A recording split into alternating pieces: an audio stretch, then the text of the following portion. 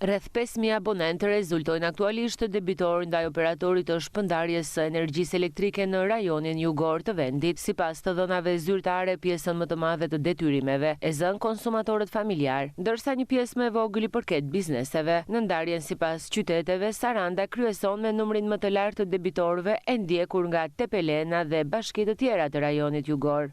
Numri më i lartë i debitorëve paraqitet në qytetin e Sarandës, e cila është zona më e madhe, në qytetin e Tepelenës dhe pastaj vijon Gjirokastra dhe Delvina. Pjesën më të madhe zën familjari. Deri më tani janë evidentuar 5.000 abonenë debitor, por duke OSHEA bën një ndarje se kush do dalë në ndërprerje dhe kush jo, në bazë të debitës që mbarti. Përfaqësuesit e OSHE-s apelojnë për shlyerjen sa më shpejt të detyrimeve, duke paralajmëruar se në të kundërt do të merren masa për ndërprerjen e energjisë elektrike në përputhje me rregullat dhe kontratat në fuqi.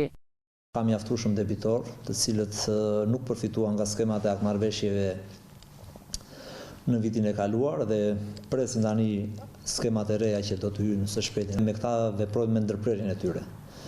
Sigurisht që ka tolerime ndërta, por jemi pak të kufizuar në këtë drejtim. Ligji përcakton qartë ndërprerjen e një abonenti debitor, në qoftë se ligjit i linde drejta edhe pasi kalon 15 ditë nga dalja e faturës, por OSHEA përdor një praktikë mbi 2 muaj, pasi 2 muaj fillon ndërprerjen e energjisë elektrike sipas procedurës. Për abonentët që hasin vështirësi familjare mund të aplikojnë për marrëveshje pagesash me këste për të shmangur penalitetet dhe ndërprerjen e shërbimit.